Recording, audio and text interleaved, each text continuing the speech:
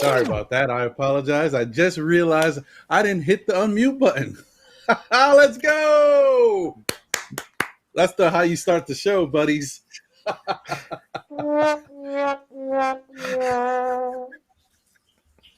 Anyway, thank you guys for tuning in once again to the Still Knick Fans Weekly Show. We are here once again. Today we've got another special guest for you. Along with myself, John, and Jose chopping it up, we've got our man Trip from Real Fans Real Talk joining us. So let's get it cracking.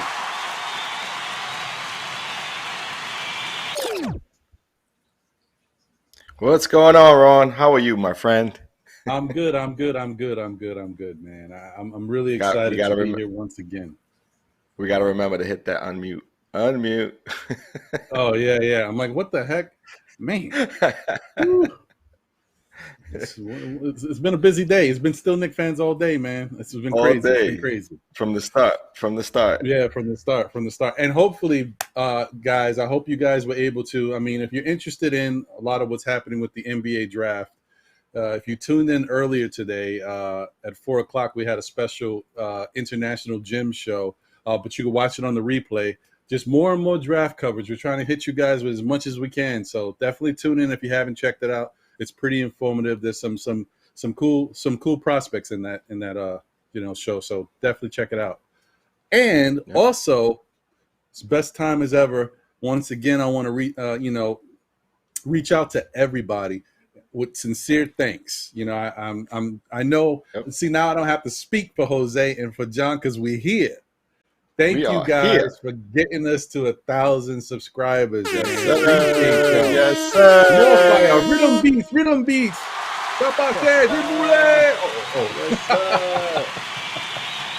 Thank you guys. We appreciate y'all. Yes, sir. But soon, we're gonna start branching off, right? And we'll talk about it a little later. But we got some things in store for everyone. Potential just audio coming soon. I've been talking to some people, and there's a potential that we will be able to pull some of what we already have existing and just making audio only like on maybe like SoundCloud or something for those of you who just want to listen in and not view us on YouTube. So we're going to start building out those options a little bit more in the future. And of course, we're taking super chats and all those great things as well, which is awesome. Finally, we are able to monetize our channel. And this is just a great opportunity for us. So we really appreciate everyone who tunes in every week and shows us love, man, and keeps us honest, because that's what the chat does. This show is really nothing without our fans and the folks that join us on the chat, because you guys help us keep in tune with what we're talking about. 100% agree. 100%. Yeah, man. So thank you guys. As John said, and if you do, feel it in your heart to donate to the show, understand that we are trying to make the show and the product better. So we'll try to put that, whatever we get, back into the show, whether it be audio, visual, because I got ideas. So, definitely salute to y'all. Appreciate it. Man. So, without further ado, man, let's talk about our guy Trip here, man, joining us from Real Fans Real Talk in the building. Yes, sir. Welcome. What's going on, man? I appreciate you guys for having me. We're not at Brick like we're supposed to be. So I haven't seen you guys in a little while, but I appreciate you guys so much for having me on and hearing my take. Because technically, I'm kind of like I'm an anti-Knicks fan, so I appreciate y'all. You're a Knick hater. But I appreciate you guys though.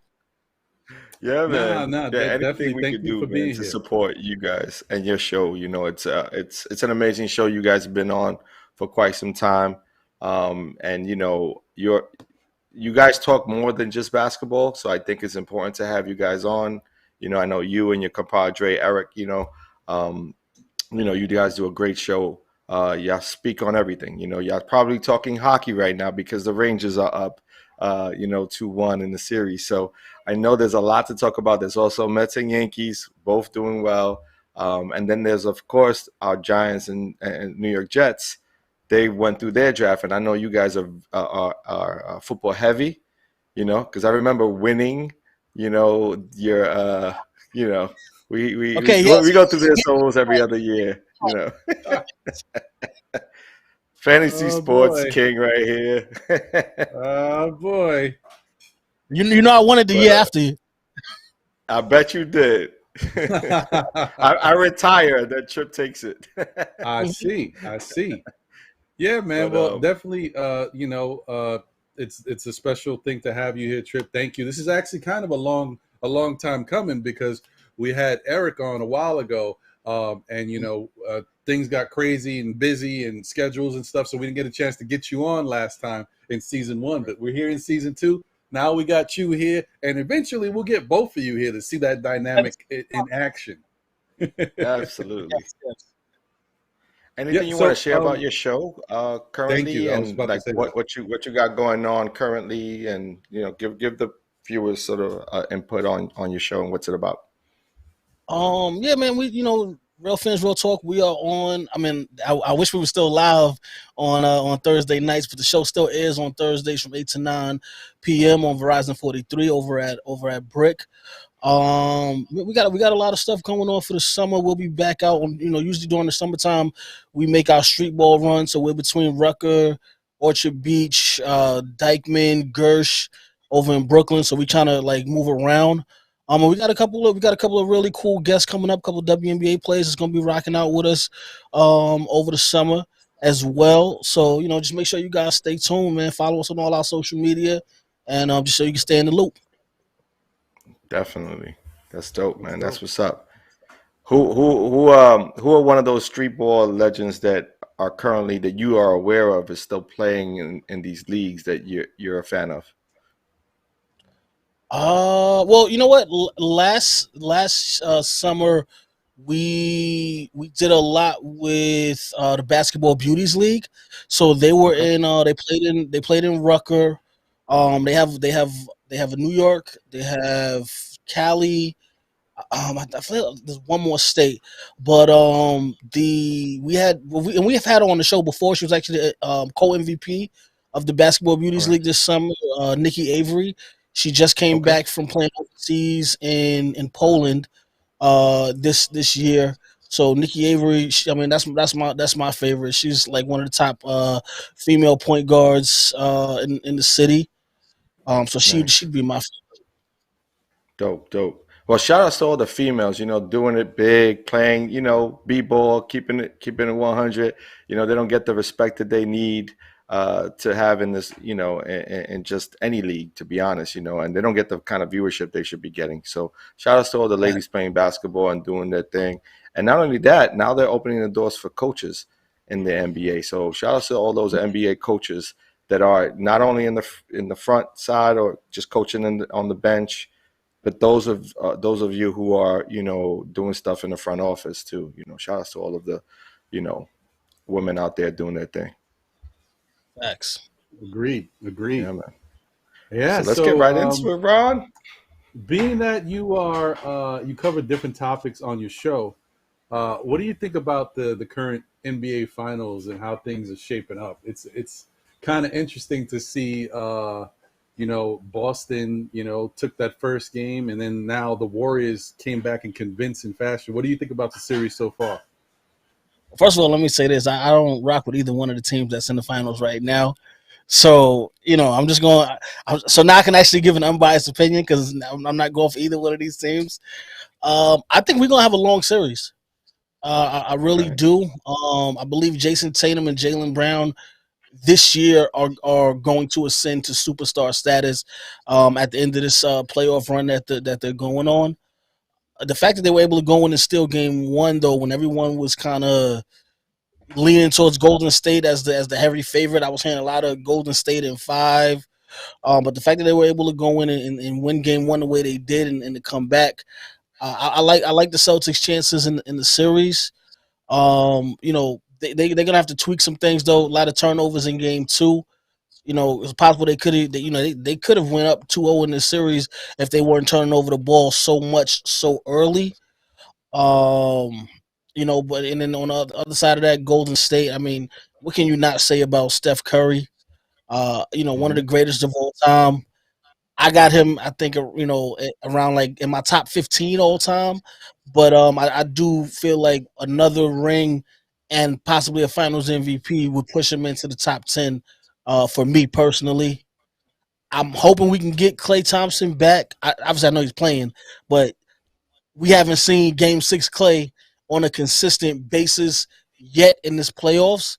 And I would really like to see that because, one thing about me, whether if it's my team playing or not, I want everybody to go into the series healthy, like 100% healthy, because that's the only way we're gonna know who really was the better team in that series if everybody's healthy. So I do want to see Klay get back to that. I don't think that's gonna be this season. And to be honest, I don't know if he even gets back. But sometimes it does take like a year or so before you can get back, because we saw that with Paul George. Kevin Durant, it took him a little while to come back from those injuries.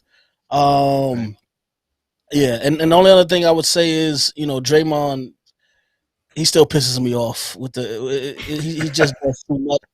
And honestly, he should have been ejected from game 2. And if that does happen, I think the game goes in a completely different direction. Right. Yeah. To not have Draymond, right? Like if he's on your team, you love him. If he's not, everyone could despise him. You know what I mean? Like he's one of those players that gets underneath everyone's skin, who's watching, who's playing, but he also understands the game. And so that makes it even that much more difficult because he makes the right decisions, yes. You know what I mean, when he's on the court. So for high his team, obviously. Yeah, extremely very high basketball IQ. And I think that, the refs see the value in it. When I was watching the broadcast of the game, I was surprised it didn't happen. But, I mean, good for the refs to do the right thing. But, Draymond picked up an early technical and, got into a little thing with Jaylen Brown and almost got that second technical, was up out of there. And how many times have we seen that? So that's the good and the bad with such a passionate guy, man. He got I'm glad the refs didn't pick him out. Yeah, exactly. Because he easily, I think if this was a regular season game, he'd have been up out of there. But they realized the importance. Yeah. But that would be my issue though with it. Is like, at the end of the day, because people like to go back to the Cavs series, a couple of years ago, and it's like, all right, well, what do you want me to do? Like, once you accumulate those technicals or the flagrant points or whatever, and you have to get suspended, we can't just be like, oh, well, it's the finals, so we're gonna keep you in. You know what I mean? Like, it's kind of so it's not fair. Yeah, I hear you. It's like and I think that was the point that I don't know if it was Mark Jackson or maybe it was Van Gundy. I think he was there too. But one of them made that. He was like, yeah, it's okay. Like, you're giving Draymond a pass. But then Joe Schmo gets a double technical. You're throwing him out right away. You're not even thinking about his value to the game. So, yeah, it's a good point. It's true. It's a good point. It's a very good point. Very good point. One of the things that I noticed in last night's games was how deep this team is, man. The Warriors, like their bench play is amazing. Jordan Poole, what he put together on that third quarter was something I haven't seen in quite some time, man. So that's the biggest threat. Yeah, it's the biggest threat because he pretty much took a tool that I'm sure he's practiced with Curry, right? He probably practiced this a million times with Curry, and Curry sort of taught him, like bring him under his wing and sort of show him, how to get spacing and, just work with him. And it just to throw up that kind of shot with so much he just knew it was going in, right? Like it wasn't a question. When he let that go, he knew it was going to drop. It's the confidence because, everybody can't shoot that shot. You can't, some guys take that shot because you're going to the bench and you're not coming back in the game. So the level of confidence that one, he has in himself, and two, that the team has in him, where he can even take those type of shots. Because those are the Steph shots where you you start cringing, but it's Steph, so it's okay. But he's come along this season, so you got to give his props for that. Yeah, man. Yeah, no, the Warriors are they're going to be in good hands for many years to come.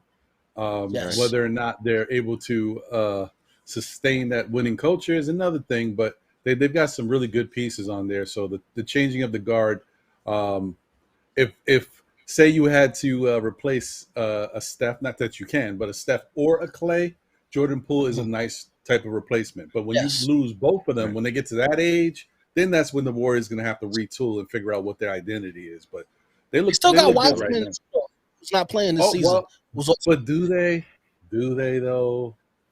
Well, I mean, I don't know what Wiseman is, man. I'm still like, where's this guy? I'm waiting for him, bro. I'm like, who is Wiseman, man? Yeah. I like him. What can he bring? Yeah, what we've seen of him, we like. He can bring trade pieces over. That's true. Yeah. That's what. I actually like Wiseman. I think Wiseman could be. I don't know what's the deal because prior to him getting hurt, they felt it seemed like they didn't know exactly how to use him in their system, or maybe he's just a little bit of a slow learner. But I hope he's gets healthy soon because he's been hurt for quite some time. Yeah. I think he needs the right system as well. You know, because again, coming in from college, he's somebody who featured in the offense. In Golden State, they play small ball, you know, and then when you're talking about the pecking order, you're going to go Steph, Clay, Poole. You know, you might even throw Draymond in there before is Wiseman, Gary Payton. You got Wiggins. You got Wiggins who gets his shot ups. Yep. Exactly. Yep. So there's a lot of guys that come before him. So this might not be the right system with Wiseman. Yeah. That's a good point. You may be right there. Because he's not a shooting big man. If he was more of a stretch four kind of big, where he could knock down the three, then he probably would fit a little bit better. But you know, the fact that he's more of a in the post type of big man, I don't know if he necessarily can groove with these guys. But so is Looney, right? But Looney is one of those cleanup guys where he doesn't care to have the ball. He's not, his primary focus is on defense and rebounding, right? Yeah, and so if Wiseman will want to play that role, then he would probably fit in. But it seems like he's comfortable, like you're saying, with the ball in the post and being an offensive threat, like he was in Memphis, because that's where he came. He came from the class. Number 2 overall draft pick. Right. Exactly. Right. So trade him to the Knicks. We'll take him. We may need him with Mitch possibly going. For him when they had the draft pick. I said the Knicks should have tried to trade Mitchell Robinson for that pick so they could have drafted James Wiseman, but ultimately the Warriors kept the pick and they wound up taking him. Right. Yeah. That was there was a lot of rumors around that whole thing, if what the Knicks should do and if they should try to go after someone, but they kind of went all in on Mitch. And there's nothing wrong with doing that as long as you respect him and honor him with a good contract for his value, but don't slap him in the face with a low ball offer. Well, I don't know. With Mitchell Robinson, it's going to be hard for the Knicks because the contract that he's going to warrant is not really a contract that they should, the money that they should be paying him, because to be honest with you, I think Mitchell Robinson has hit his peak. Now, maybe with a different team, we might see something different, but I think he's hit his peak with the Knicks. So the money that you're going to have to pay him to keep him, I don't think it's worth it. Yeah, you might be right there, because it's upwards of 18 mil, right? That's what the talk is. A lot of cap space talking about for somebody who's a mid-tier center at best. Right, and doesn't get the opportunity to show what his potential skills could be, right? Like, because we don't necessarily, Thibodeau is using him to the degree he may want to be used, right? We don't know exactly what's in his toolkit because he's only used to rim run, protect the boards, you know what I mean, and score high field goal percentage shots, you know what I mean. So most of his shots are underneath the basket. I think it would be served well if he were to focus his energy on shooting free throws and making free throws, because that's where he's going to find a lot of his points, at least with the Knicks, if he sticks around. And honestly, if he does walk, I know it's going to look like he's walking because of the money, but I think if you're not making millions and millions of dollars, you're going to get a contract that's going to give you millions and millions. So, if you're going to say I'm worth 15 and I really want 18, I'm not going to really, that's not going to be the real reason I walk away from this 4-year thing I've had with you. It's going to be about, how am I getting used here? Do I want to continue to be in this same system, and treated the same way? So I think, if he walks, it's because of something else, but we'll see. Yeah. Yeah, man, I wanted to also, I know you're not a Knicks fan, but I wanted to know what your thoughts are because, me personally and others have talked about DeAngelo Russell being a possible, prospect that the Knicks should go after as a point guard because we don't have one here. That position is a liability when you think about it. And, it's going back and forth with fans. They feel one way or the other about it. But it's been getting a little traction in the past couple of days because Bleacher Report had, came out with an article about it and stating that they believe that D'Lo's days in Minnesota might be done. And not only did they say that, but they said that they feel that he'll get traded to the Knicks. Not just the Knicks are interested, that he is going to wind up going to the Knicks. Now, I don't know about all that, but I just wonder, what do you think about that type of fit? Because you've seen D'Lo in the league. How do you think that would work if he actually did wind up on the Knicks? Well, the first thing I'll say about that is he can play in the New York market. We know that already. We know He's that. An all-star. Right. When that, it is not the easiest thing to play in New York, because even with the Knicks, fans still expect greatness from every sports team that we have, whether it's the Yankees, the Rangers, the Giants, the Jets. It doesn't matter. New York fans still expect greatness, no matter how bad a team has been doing. They still expect that. So I'll first and foremost, I think he can play in the New York market. The Knicks. I just want to say, I don't mean to cut you off, but I do want to say, I noticed that you didn't put the Mets in this same scenario. I'm just saying. No, sorry. My bad, Ron. My bad, Ron. My bad. Sometimes I only identify with. You forget? Team. Oh, no, I didn't forget. I just only identify with one team in baseball. So my Yankee fandom does not allow me to spew, about the guys on that side of town. I can only speak about one baseball team. You're lucky I said the Jets too. Okay, I included the Jets. I gave y'all that. All right. So yeah. My bad, Ron. My bad. No, it's cool. It's cool. No. Let's let Tripp continue because he has something of value to add. Whatever he's talking about with baseball and the Yankees, I don't know about that, but yeah, continue, my friend. Continue. Listen, I know one thing: the Yankees is the best team in the American League, and right now they got the best record in baseball. But we know who's holding it down in the National League. You got that right. You got that right. With no pitching, mind you. So just want to throw that out there. Back to D'Lo. Yeah. Sorry for the segue. Sorry. Back to D'Lo, because the 27 championships that the Yankees have can be a distraction. So let's get back to DeAngelo Russell. I think he can play in New York because he's already been here before. He's been an all-star with the Brooklyn Nets. I like it. He's young. He's 26. He's starting to play both sides of the basketball. We saw that this season in Minnesota. And honestly, that position has been the hardest for the Knicks to kind of, I guess, maintain. Like the Knicks haven't had. I can't even think. When was the last time the Knicks had a good starting point guard? Charlie Ward. What? He wasn't good. No, but meaning serviceable. I want to say serviceable. Okay. Yeah, but I mean, I'm talking about a good point guard. We might have to go back Mark to Jackson. Mark Jackson. Mark Jackson. So yeah, I'll give you. Raymond Felton wasn't bad. He had his moments. Come on, we're not gonna do that. If you're gonna do that, you might as well say Jeremy Lin. Stop it. Oh wow, tough Lin over Raymond Felton. At least we had, you had Lin Sanity. Okay, so he had the bigger moment. Felton, yeah. But yeah, he's 26 years old right now, which is good because he's just now entering his prime. And I think that they have a very good number one guy already there in RJ Barrett, who's going to continue to get better. I think they like still. Trip. Yeah, no, well, I mean, that's a Blue Devil, so I'm always gonna support my guys. Right Trip's a Dookie. Oh man, Trip, thank you for being here, man. I knew there was something about you I liked. Let's go. So I love it.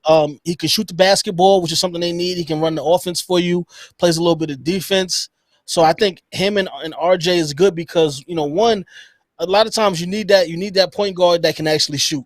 Like that's just the NBA that we're in today. Your point guard has got to be able to shoot to be effective in this league. So I think that'll be a plus for them. I do think it's time for them to get rid of Julius Randle, though. I think he's already peaked, and I think his peak was making the All-Star team a year and a half ago, and since then it's kind of been a slow downhill from there. He was kind of non-existent in the playoffs against Atlanta when they got bumped, and this past season it didn't get better. So I think it's time for them to move on from him. Plus, I think his trade value is going to be the highest it's going to get right now. Like it's not getting any higher because I don't see him doing anything different. Right. We just got to keep if Dilo were to come here, we just got to keep him out of the media somehow. We got somehow got to keep him away from any relationships, stories, all of that. Yeah. You know what I mean? But the one thing I'll say about Dilo is that I have watched him grow up as far as a person and how he handles himself. He definitely, his character has taken a big hit. He's done some questionable stuff and some snake stuff that you just don't do. I don't know how they let him get away with that. I mean, there would have been some furniture moving, B. Let me tell you. but anyway, Swaggy P. Yeah, man, that was crazy. That was crazy. You can't do that. That's horrible. But whatever. But I think he's grown a lot. And the other thing that I will say about D'Lo, which I get it, a lot of people are not sold on him. They've seen him kind of take a back seat. But what I'm saying is, understand that it's about your mentality as a player and who's around you. And in Minnesota, you got two alphas, and these are strong alphas. Karl Anthony Towns is. Let's include coaching philosophy. Oh well, yeah, coaching philosophy is important as well. Yeah, right? Yeah, it definitely plays into that. But you got Karl Anthony Towns, who's a supreme alpha, and then you don't even have to. Anthony Edwards, he'll tell you in his press conference. You can tell he's an alpha. So when you're dealing with that, I don't care. D'Lo's personality is kind of muted, and I guess that shows on the court. He's the third wheel. Even if they didn't say you're the third guy, he put himself into that third role, and that's what it is. So it may not work for them, but with the Knicks, we don't necessarily know what our 1, 2, and 3 might look like. We've got a 1 possibly. I'll say RJ is a 2 who could be a 1. And I think Julius is a 2 who could be a 1. Could have been a 1. I think Julius is going to be forever a 2 now. He's a little older, so I think he kind of is what he is. RJ's still young, so you never know. He could still develop into something special in a year or 2. Right. But in that case, really, you're not dealing with the same type of alphas around. D'Lo can fit in, and actually, he could probably take control of games where we haven't had that presence before. Like you guys said, when's the last time we had that type of point guard, and especially a scoring point guard who can light it up and can be out there on the court. I'm no slight to Kemba. I know Kemba can get his points, but his liability on defense just doesn't work for us to have him on the court. So I just think it's interesting. It's an interesting idea that D'Lo is somebody they could have, especially if you run out and try to think you're going to be in the Donovan Mitchell sweepstakes. I mean, that could be a pipe dream. There's all the Jalen Brunson. We may not be able to touch the money that Dallas is going to give him.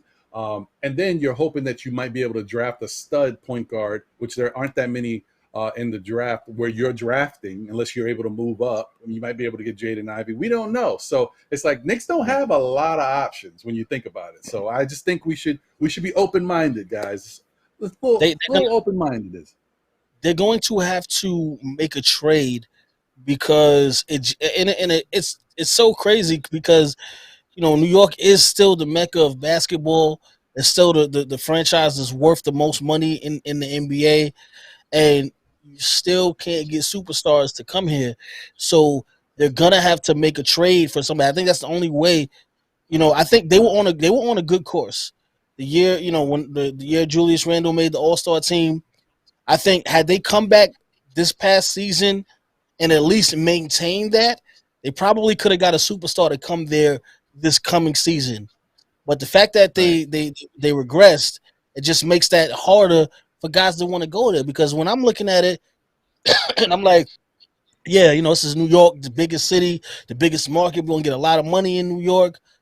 Then you got to also look, it's been, 40, 45, 46 years since the last championship. You know, it's been some years since the Knicks have really been relevant title contenders. I mean, it's probably since the 90s, since the Ewing and Mason days, where you thought the Knicks could legitimately contend for an NBA championship. So, you know, with that, a lot of guys don't want to go there. So you're going to have to make that trade to bring somebody there. If you can get, Donovan Mitchell, by all means, do what you got to do to get Donovan Mitchell, because, you know, the Knicks got a lot of draft capital that, you know, if they can get Donovan Mitchell, those picks ain't going to be worth that much anyway, because I do think Donovan Mitchell gets them back to the playoffs. So those picks start to come later in the first round now, as opposed to maybe them having a top 5 pick because the Knicks are doing so bad. So, either one of those moves, I think DeAngelo Russell or Donovan Mitchell, maybe Malcolm Brogdon, you know, could help the Knicks out and wouldn't cost that much. And then I guess there's also always Damian Lillard lingering around. Yeah. My only thing with Dame is that Dame is already a little bit older, and the Knicks aren't ready to win right now, even if you added Dame. So it's kind of like, you know, you're probably going to wind up wasting his prime years with a team that's not built to get out of the second round of the playoffs.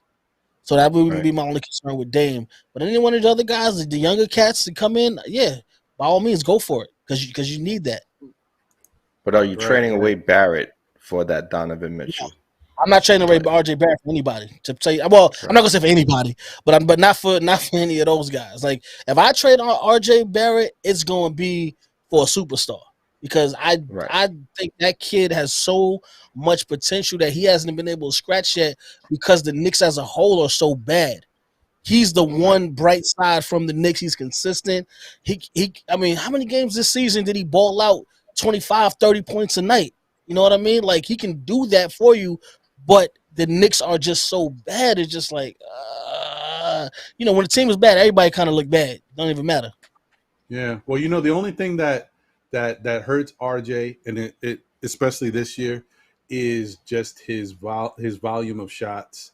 Being asked to take so many shots, his efficiency level wasn't the highest, but it was a lot better in previous years. But this year, because of taking so many shots and forcing the issue, continuing to go into the paint while you're getting blocked and then still doing it, because he's a guy that doesn't back down. He don't care about stats. And that's another thing that I like about him, because when people can say, look, he shows that he's not an efficient basketball player. The other side of it is he doesn't mind jacking the ball up and shooting in situations when no one else is doing it. And if he misses, he misses, or if he gets blocked, he's going to keep going at your best defender. And I really like that about him.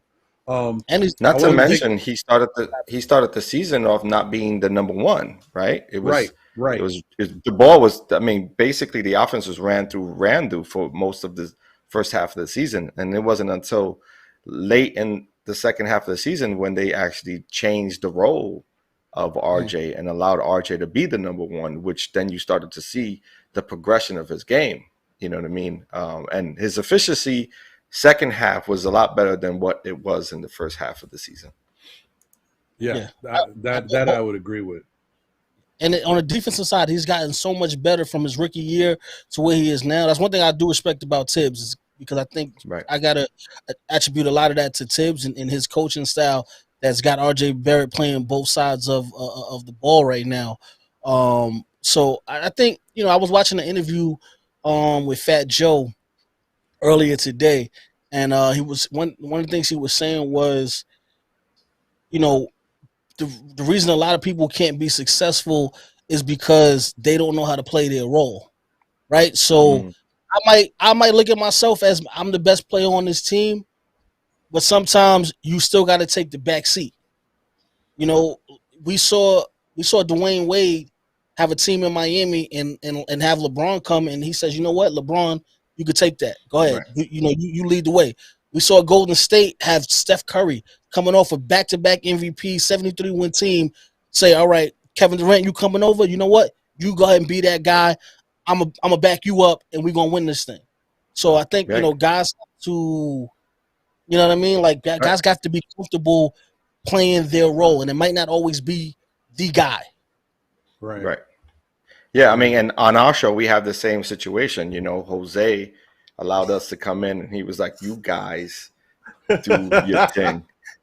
Yeah, and I appreciate that, Jose. So, not for nothing, man. Because listen, as a kid, I was bullied, but you allow me to grow and really show who I am. So thank you, Jose. Thank you. That's a fact. You're welcome. You're welcome. Shout out to my guy, Jose, man.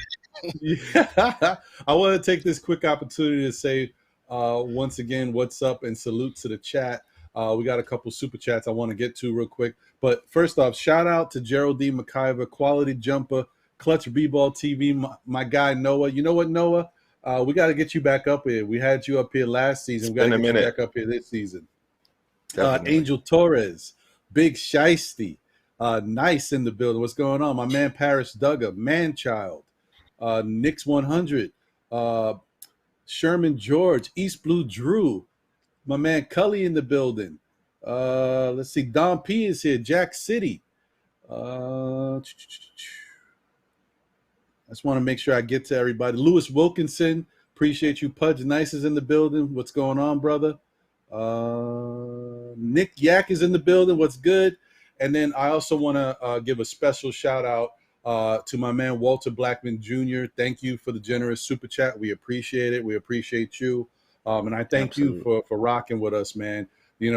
Like Walter Blackman Jr. And when I'm doing the Saturday show, I jump on. I'm not even ready yet. He's already up in there. I'm like, thank you, Walter Blackman Jr. He's locked in.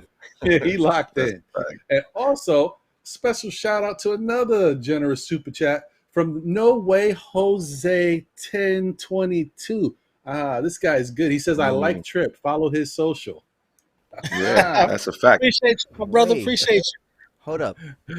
Follow his social. Man. So guess what? Ron John, you guys are going to be quiet for the next minute. Trip is going to be center stage. And to all our still Knicks fans, go check out Trip at his social right there. Go ahead, Trip. Let the fans know. Yeah, man.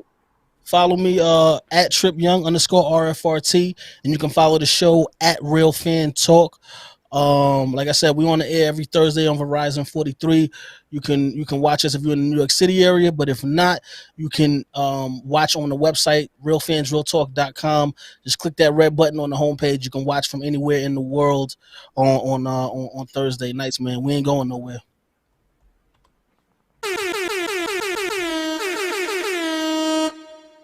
This one's for you.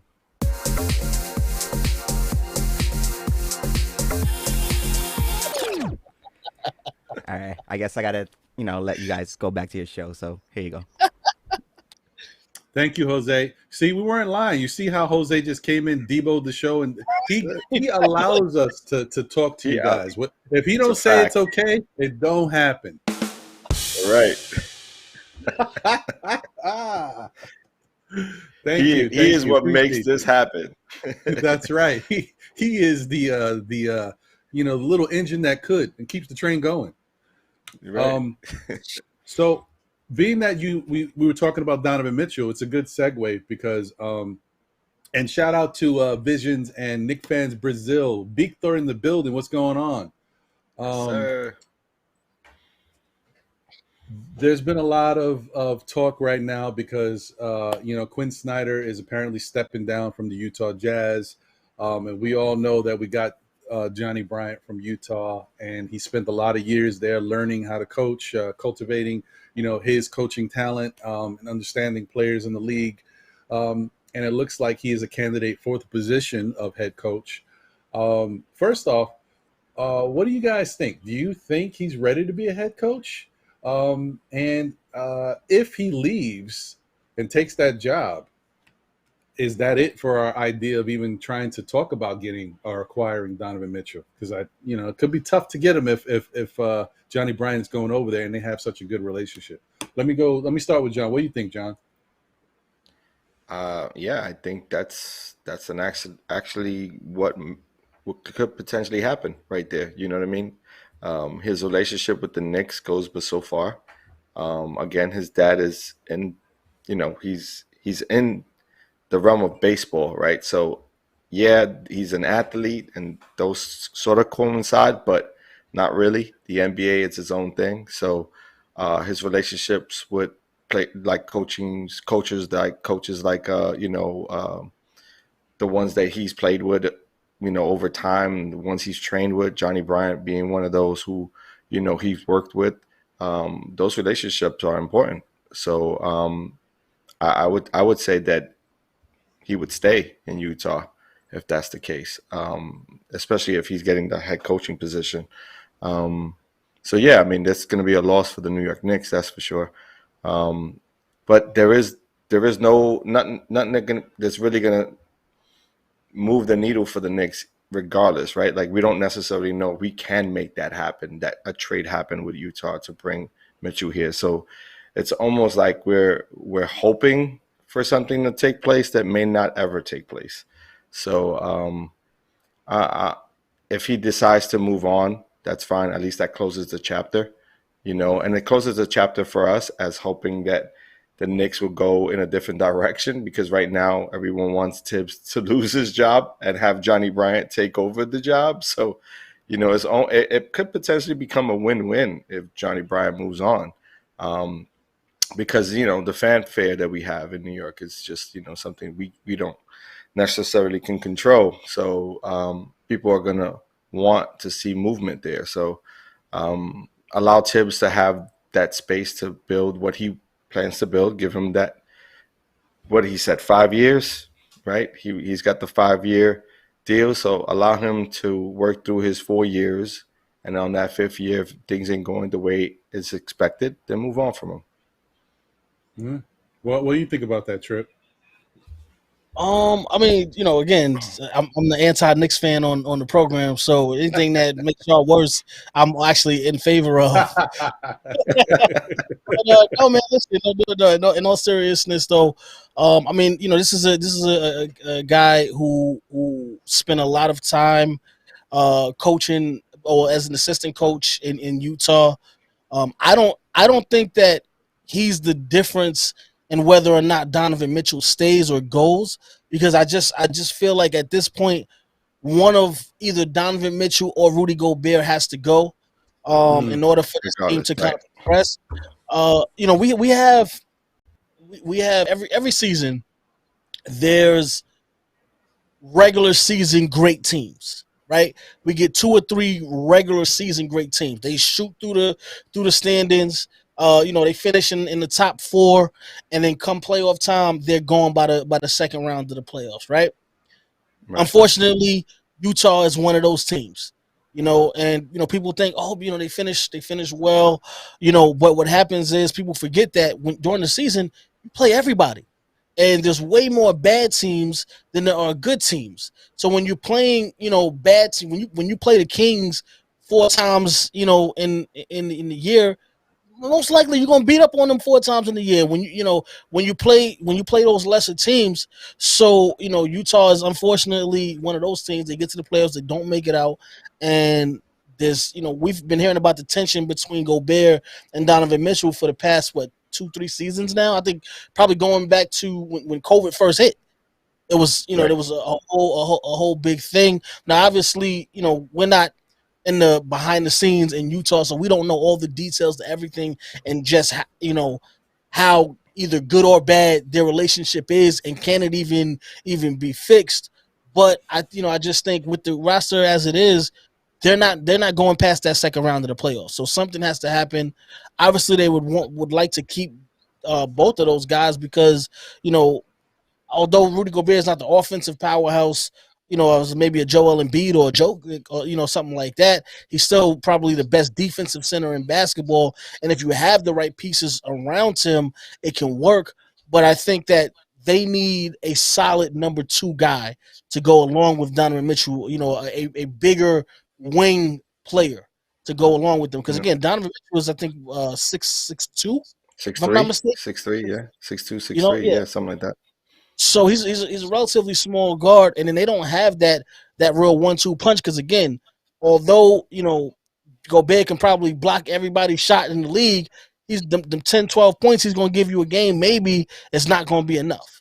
So he doesn't scare no one, right? Like he's not he's a defensive stud, right? But he still doesn't scare anyone. Like folks are still attacking him at the rim. They're putting him in pick and roll situations where he has to either come out to the 3-point line and face a guard, or or find a way to double up, but so he doesn't really scare anyone. So I think you're right. Those contracts are so enormous. And I think that's kind of where they're at. They can't keep both. Yeah. They have to move on from one. And if I'm Utah, I'm keeping the superstar. I'm not keeping a defensive specialist. You know what I mean? Yeah, that would. And even if you look at the years between Gobert and Donovan Mitchell, there's about 5-year difference, maybe 5-6 year difference in the two of those guys. So it's like, do you really want, an aging, even though he's still in his prime, but he's still getting older, whereas Donovan Mitchell hasn't even gotten to his prime yet. And I mean, this is a guy who was going back and forth with Jamal Murray 3 years ago, putting up 50-point games. That's a guy that you want, to build your team around. Right. I mean, that's a good point. I think that you are right. I agree with you. One of those guys is got to go. And I think that's going to have to happen. The other thing is, apparently, like, Donovan Mitchell has a real good relationship with Quinn Snyder. So the fact of him moving on is affecting how Donovan Mitchell feels about being in Utah and staying in Utah. Plus, we've heard things about him not being too comfortable with the organization's stance on certain issues in the community that he wants to be a part of. And I guess he feels his voice is not loud enough, or the initiatives that he might suggest aren't getting heard. So, you know what? I mean, listen, maybe the writing's on the wall for him as well. I mean, one of them is definitely leaving. I don't think they'd get rid of both of them because they want to try to retain something. Plus, they gotta keep something. About this, right? And we talked about this in a previous show. The All-Star game next year is in Utah, so they want to have something as a draw.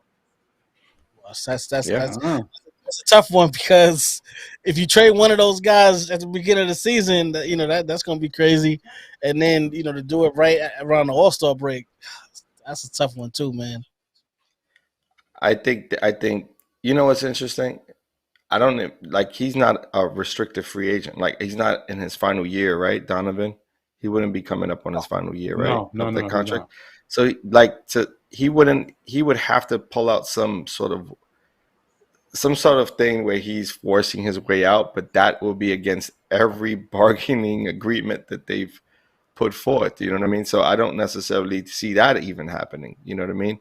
So I would just say that they're going to stay put with Mitchell, with Donovan, and then Gobert will be the person who's going to be moving on. That's what I'm expecting to see. I was saying about maybe maybe a Ben Simmons for Gobert kind of swap. I was hearing those rumors as well. So who knows? Right. I think maybe it's just on my screen. I'm not seeing the regular screen. Are we having any video issues or everything good? Yeah, I think it just came back. I think we're good. Okay, good. I just want to double check. I want to make sure.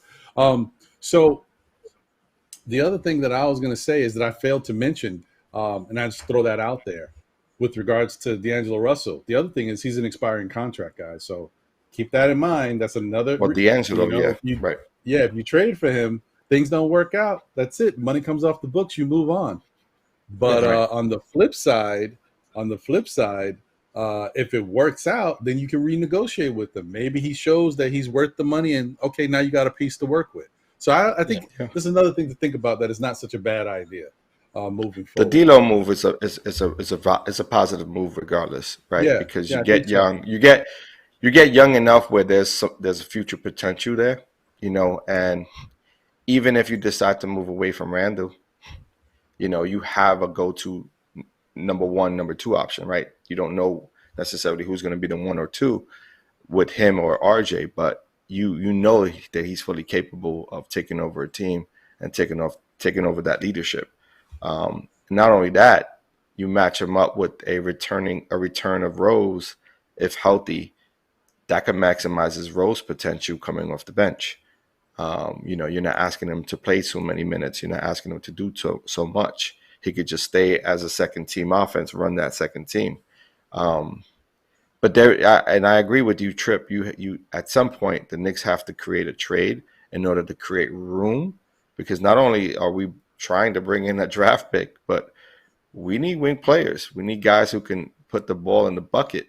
And from everything that we've seen and that folks have talked about during this draft, looks like every Knick personnel is looking for a two-way guy, right? They're looking for a guy who could play both on the offensive side and defensive side. So you're hearing your Ben Matherins and players like that of that stature, peaking at 11 or maybe above 11, in front of 11, right? So the Knicks have to make room, and the only way to make room is by creating a trade with a team that's in need of a power forward and maybe a wing player like Burks or Quickly. So that's probably why either one of those trades could actually work out with D'Angelo Russell, because Minnesota could use somebody playing the 4. Same thing with Utah. So it actually works out. It's just a matter of if the Knicks can put the rest of the pieces together to make it happen. Yeah, they have to entice. Yeah, they do. They got to do something. So while we have you here, Trip, let me ask you: is there anybody in the NBA draft that you really love? Is that player that you like? Oh man, this is the guy. Well, I mean, you already know who I'm going to say. If you're a Duke fan. Oh, okay. Paolo, man, Paolo. I got to go on my guy first and foremost. But listen, Chet Holmgren, he's nice. I think he's going to be a problem as well. There's a couple of guys that's going to go early. Jaden Ivey, I think, is pretty good. It's crazy because I get all my well, I lost. No, we still got you. Okay. I get all of my college player knowledge from NBA 2K. So when you do your franchise, and as the seasons go on, you start to draft kids, and then that's how I start doing my homework, because I look at the guys I want to draft, and then I kind of play GM with myself. Like, all right, this dude is working out like he's supposed to. Yeah, this dude didn't do so much, but that's how I get my start. And then once I see the guys I like, then I start looking at them. Like one of the guys, excuse me, last year was the kid Josh Giddey out of playing for OKC. OKC, right. Yeah, so I'd seen him maybe around 2K20-ish, I believe. I was in the later seasons of my franchise, and I'm like, oh, who's this kid? 6'8" point guard from Australia. Let me draft him and see. I put him on my team. Then after that, I started looking into him. I'm like, oh, this kid is all right. Got into the league, this past season. He actually did pretty well, his rookie year. So, but I think, but as far as this year's draft, I think the Paolo is definitely my guy. That's my Blue Devil bias though. But you can't go wrong with either with Jabari Smith, Chet Holmgren. Any one of those guys are amazing. I will say this though, this is not a deep draft class. Like I think after you get really that top 6, the top 6 guys, I think it kind of thins out. And listen, guys, just because it's not a deep class doesn't mean that guys can't improve and and accelerate once they get into the league. But just me looking from the outside in, I don't see this as a deep draft class. We got something in store for Trip. He's going to have to look back at some of our episodes where we dip a deep dive into this draft. And we're actually seeing things a little differently because of the size and length of all of these wing players this year that are coming out. We don't necessarily have the star power in players like, in the point guard position, or, you have your center power forwards that are coming out that are, high on the draft. But outside of those top 5, 6 players, if you look, deeper into the draft, there's a lot of tall wing players with lots of length that could play both sides of the court. You know, another player that I'm starting to fall in love with is Abaji. You know what I mean? And I didn't know that name until Ron and our guys, you know, D Poetic and Prophet from Feet Sports put me on. You know what I mean? So definitely take a look at our last couple of episodes, man, on draft. You will open your eyes to some stuff for sure. Well, listen, I hope all the young kids, you know, work out. Like, listen, I'm in favor. I'm always pro player. I'm always pro young brothers getting to the bag. So I hope everybody works out in in the draft. You know, but unfortunately, you're gonna have your Hashim to beats. You know what I mean? For sure. You're gonna have your Greg Odens that can't stay healthy. You're gonna have those. Right, You're gonna have there's a lot of guys that Jaleel Okafor, and as a Blue Devil, I had to take that on the chin. You know what I mean? So there's a lot of guys and who you got your guys who come in the league and they do well their first 2 to 3 seasons, and then they fizzle out because of injury, because of whatever. I mean, you can't really call it like that, but I mean, it's hit or miss. Everybody. Yeah, but it's a deeper draft than most folks give it credit. You know what I mean? And I think that's the biggest thing. And that's what I like what we did about how you guys went in on the draft. Like the team that I just mentioned, they went in a little deeper. They got into some of the stats and attributes, and they kind of showcase a lot of their game, which was interesting. Let me ask you guys, who do you guys want the Knicks to draft? Obviously, they're not in the ideal spot at number 11, but there's some talent, in the middle of the draft. So who do you guys that the Knicks actually have a realistic shot? Like, obviously, we know the big three is over for that because they're not going to be around. But who do you guys like? John? Ron. I'm a fan of Benedict Mathurin, right? But he's starting to move up in the boards. So I don't know if he's going to land. But if he sticks around to 11, I think he's out. He's the sure bet. And I'm starting to fall in love with Abaji. Yeah. Okay. Yeah. I think that, I got to tell you, this whole time that we've been watching the draft class, my guy's been Mathurin from day one. But he is moving up. He's moving up. And while he's moving up, I'm also in the mindset that the Knicks seem to have quietly fell in love with Ivy. And behind the scenes in their little circles, they seem to be trying to move up to have a chance to get him. I don't know if they'll be able to do it, but that's going to be a tough one because he's a top 5 pick right now. He's projected to go in the top 5. So they got the draft status to do it. And listen, by all means, if you find a kid in the draft that you think is special and you can trade up to go get him, because he's coming one in a lifetime, and when you miss out, on guys, it's tough to continue to build like that when you're playing too cautious. I don't want to trade this draft capital because you got to go get him. If you see those, it happened with Curry. Like a pick before ours, and all we had to do was just move up. We had the draft capital back then to move up.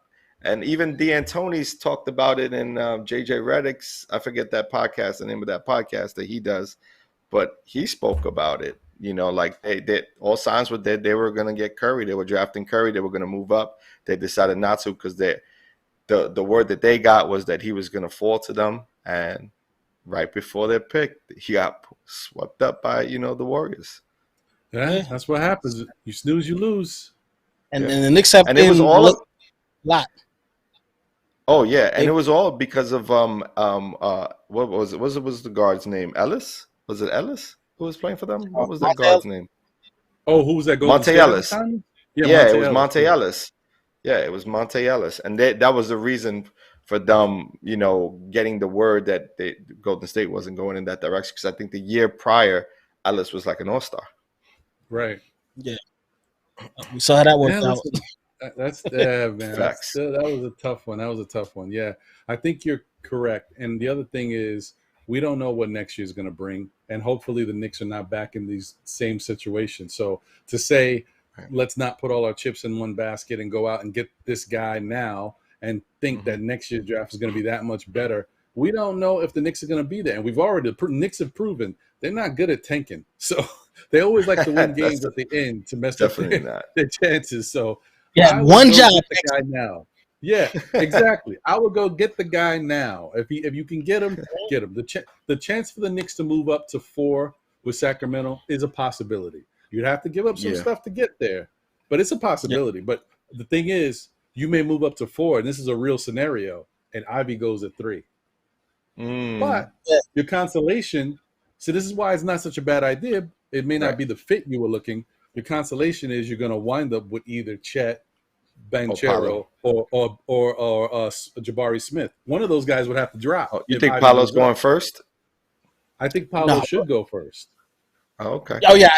I would say so as well, but I don't think he's going to go first. I think he might. I'm hearing Chet, right? Chet. The Chet is it's like really going back and forth because Chet is like, what Chet is. You just his body. Can he stay healthy? He's going to get the wear and tear with guys really putting the pounding on him. And trying to basically force him into spots where he doesn't have it's kind of the same thing we dealt with Mitchell Robinson, being too thin at a position, and guys are trying to basically have their way in the paint area. So we'll see what happens. But Chet is a real special talent. But I think if Paolo Banchero gets his stuff together and really goes out there and gets it, I think he's the best player to me. Right. Because he's got everything. Right. But we'll see. I think for me, I think he winds up becoming Rookie of the Year. Paolo, but I mean, Chet is an amazing talent. Offensively, he's great, but yeah, he does have to get his weight up. But again, we saw Kevin Garnett come into this league skinny, frail. Kevin Garnett got his weight up and is now one of the greatest players of all time. Kevin Durant, you saw him come into the league out of Texas, skinny, frail, got his weight up. One of the most dominant players, in the history of basketball. So it's definitely doable. For me, I would, if I could give advice to everyone that's coming into the draft, follow LeBron James and do what LeBron James does. The workouts and everything that he does in the off season, the $1.5 million that he spends on his body every year, do that, because there's a reason why, he's still a top 5 player at his age. Because he takes care of himself. A lot of these guys, they come in a little bit small, a little frail. You got to get your weight up. You got to hit the gym.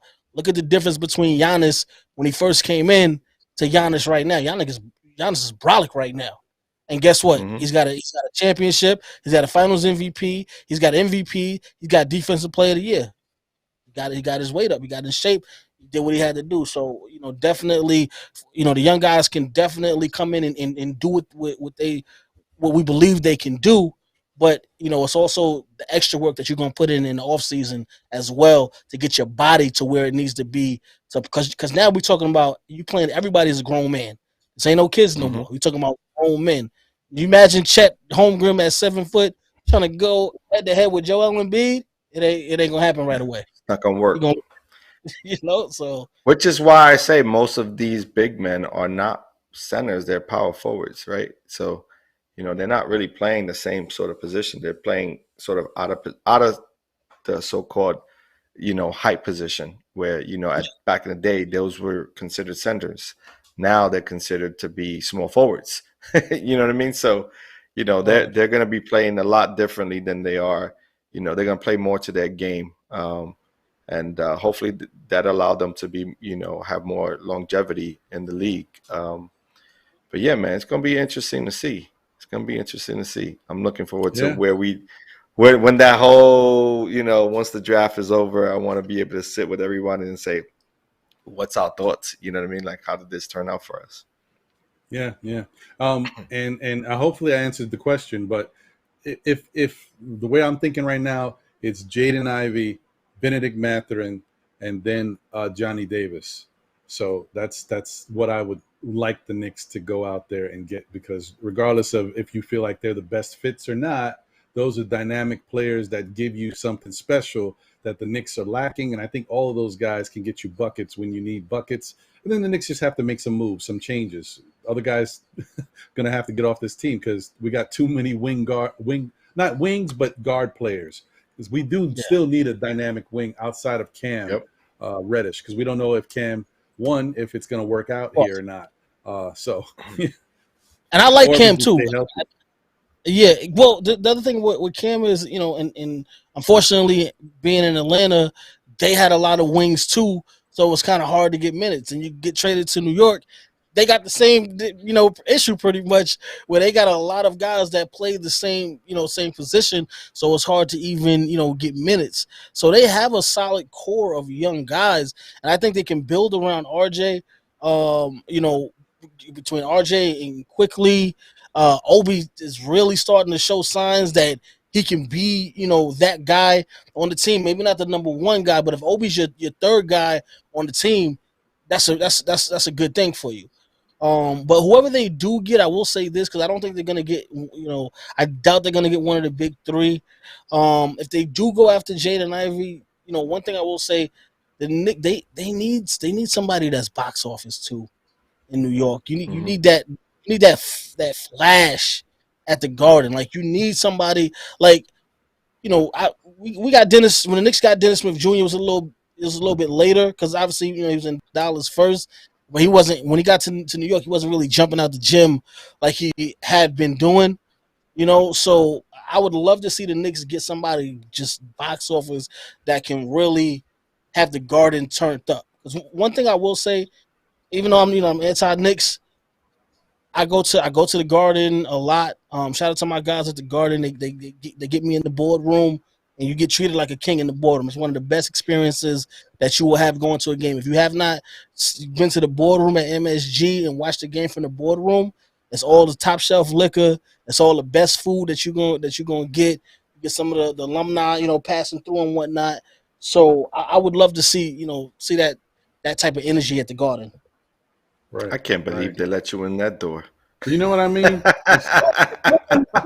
Unbelievable. What's your squad again? I got to question the organization, man. The home team. Question them.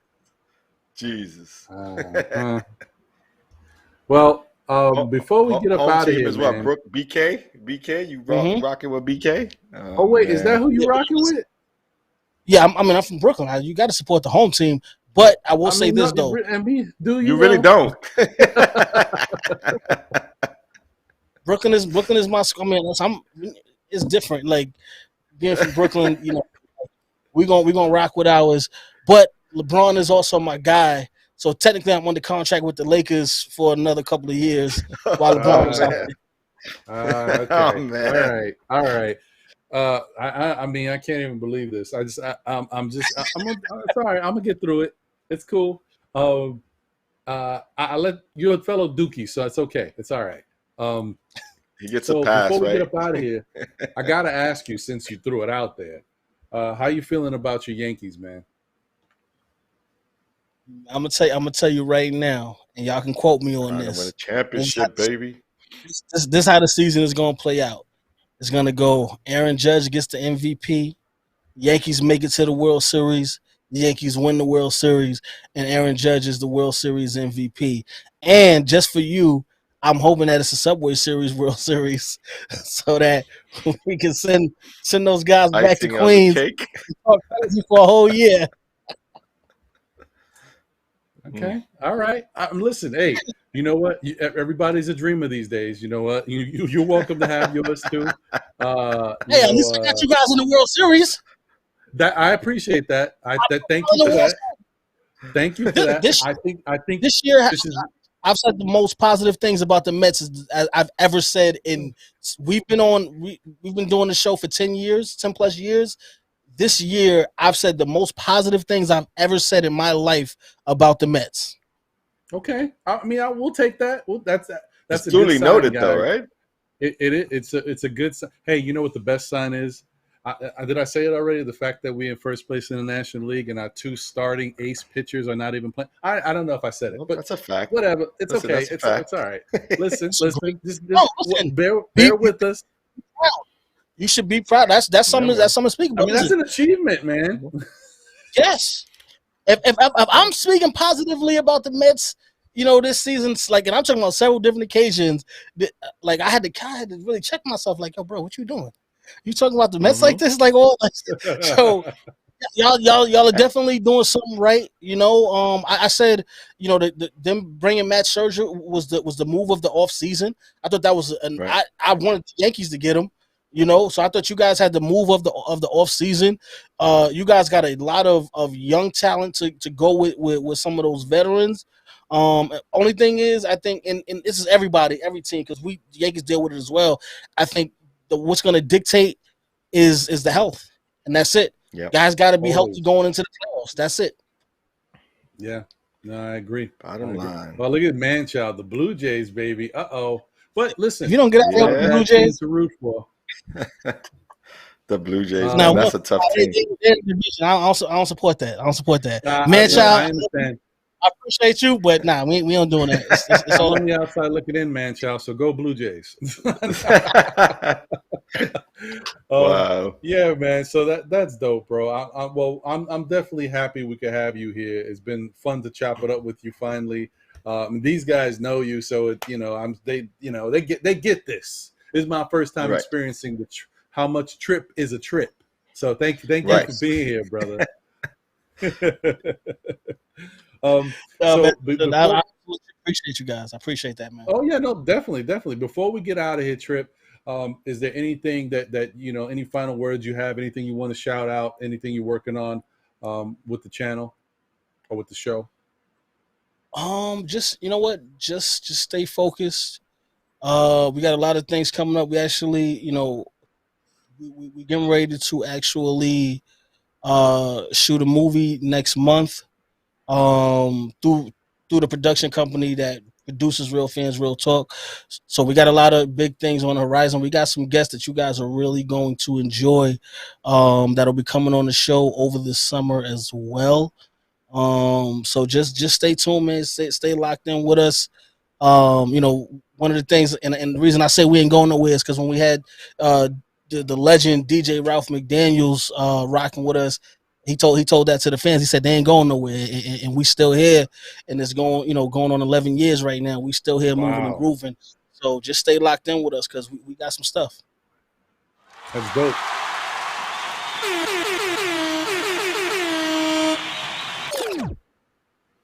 And let me say this too. Again, I truly appreciate you guys. Anytime I get a call to come on another sports show, I take that as a sign of respect for my craft and my team's craft and what we've been doing. And I completely support you guys, and I wish you guys continued success with your program. Thank you, man. Thank you. Appreciate that. We say for Jose too. He appreciates it too. Yes. Man behind it all. Oh, look at that. Yeah. I guess he was right. Jose's my bro, man. He know what's up. That's my brother right there. Yeah, but you stopped coming around work, so, am I really? It was COVID. What you want me to do, bro? It was COVID, bro. The pandemic should never stop. I still came to get equipment. I stopped by, man. See, the love is there, folks. The love is there. Yes, sir. So John, it's all family. As I always say, man, stay blessed to everyone. Thank you all on the chat for tuning in and staying with us. And we appreciate you and thank you for all the love. Looking forward to the next one. Catch you later. Catch you on the next one. All right. Sounds good. Well, as I always say, guys, thank you for being here, rocking with us. Once again, big shout out and thank you to you guys for getting us to the 1,000 subscribers. Appreciate you. If you haven't already, definitely check out the show that we did earlier about the international gyms. It's not a whole big show. It's 7 guys that are guys that are kind of under the radar for the most part. that you may not know about in the NBA draft. And you know what? Maybe you can see them fitting on the Knicks, or if you're a fan of another team, hey, maybe you can see them fitting on that team. So definitely check that out. Also, I want to say, continue to rock with us. We'll be doing the NBA report. We got the Know the Ledge series. We got the NBA draft series with another episode, maybe even 2 more episodes. Who knows? We'll see how it goes. So continue to rock with us. Thank you. Tell a friend who tells a friend who tells another friend. Still Knicks fans. We'll be back again. And also, I want to give a big shout out to my man Jose for holding us down on the 1s and 2s. You know what? Let me tell you something. Wrong one. Let me get this right. Trip, let me tell you, he's only doing this because you here. When you ain't here, he falls in line, man. Now all of a sudden he acting out. Because we ain't been around each other in a while, so how family act at the cookout. You ain't seen your cousins for a long time. You got to wild out. That's exactly it. That's exactly it. Yeah, that's okay. I'll let. Oh, what? Sorry, my fault. I forgot. Jose lets us have our moment. So continue, Jose. It's all right, bro. It's all right. I was out of line. I'm done. You get close the show. Thank you, man. Appreciate it. All right, guys. Once again, this has been another great show. We thank everybody for tuning in. We'll catch you on the next one. Stay blessed. And hey, listen, I'm not a wannabe. Okay, Brian Leach, Mark Messier, Mike Richter. Those were my days. So go Rangers. Yes, sir. Yes, sir. They got a good shot at winning the Stanley Cup, and I'm pulling for those guys. Yeah, man. Let's keep it going, man. They're a young team. Nobody expecting them to be here, and they're shocking the world right now. Let's keep it going. Don't let it stop, folks. Let's keep it going, baby. All right, think about it. We can have Rangers and then the Yankees winning back to back. Gotta love that. Whoa. All right. I knew I should have closed the show like 5 minutes ago. I'm sorry, guys. All right. Take it easy. We'll catch you on the next one.